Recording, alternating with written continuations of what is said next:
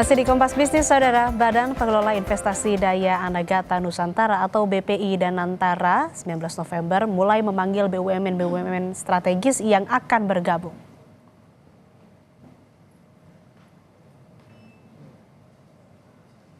Meski ada 7 BUMN yang diproyeksi bergabung, Danantara baru memanggil 6 BUMN.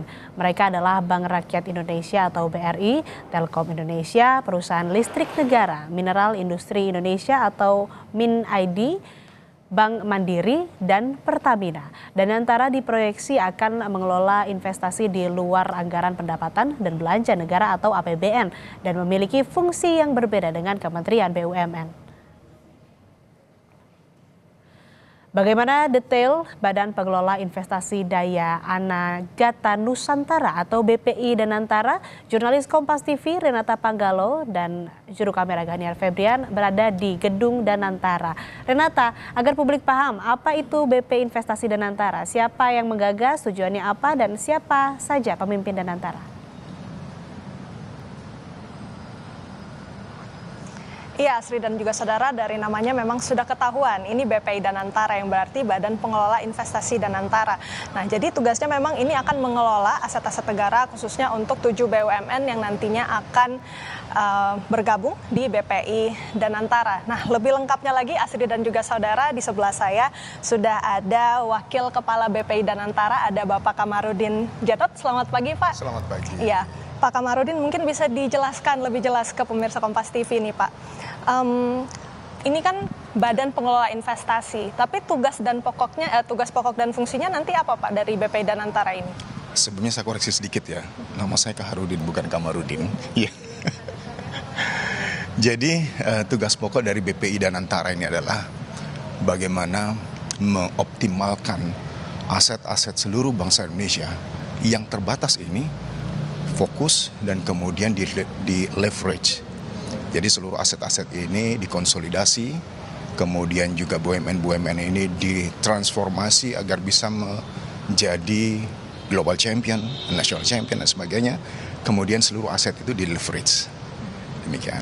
Ya, Pak Kaharudin, ya, saya koreksi, Pak. Ya, jadi ini tentu digagas oleh Presiden Prabowo Subianto. Nah, arahan dari Pak Prabowo ini seperti apa untuk BPI Danantara, Pak? Ya, dari Presiden Prabowo Subianto dari sejak awal setelah Pilpres beliau memberikan arahan agar pertama seluruh BUMN itu disatukan dan kemudian dilakukan transformasi agar menjadi efektif, efisien, mencegah dari kebocoran, kemudian juga memiliki kompetensi agar bisa menjadi global champion.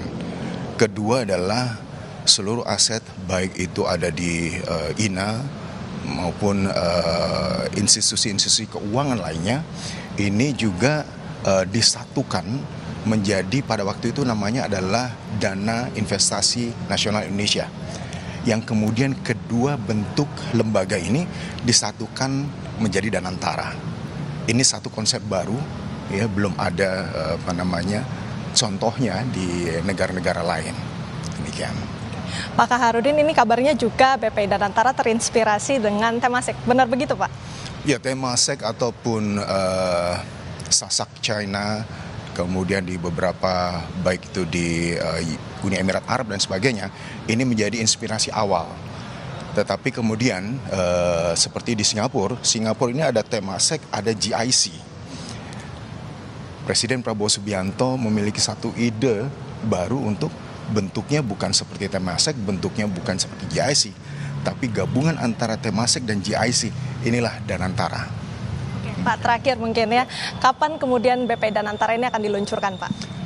Kita menunggu arahan Presiden. Setelah Presiden kembali ke Indonesia, kita akan mendapatkan arahan dari Presiden kapan akan diluncurkan. Tetapi pesan dari beliau adalah ini tidak dilakukan dengan gerasa-gerusu. Dilakukan dengan tahapan-tahapan yang lebih firm, ya. Semua legalitas dokumen dan sebagainya dipastikan untuk bisa selesai dan kemudian Presiden akan menentukan kapan Danantara akan diluncurkan. Baik, masih menunggu dari Presiden. Terima kasih banyak Pak Kaharudin untuk waktunya. Selamat kembali bertugas, Bapak.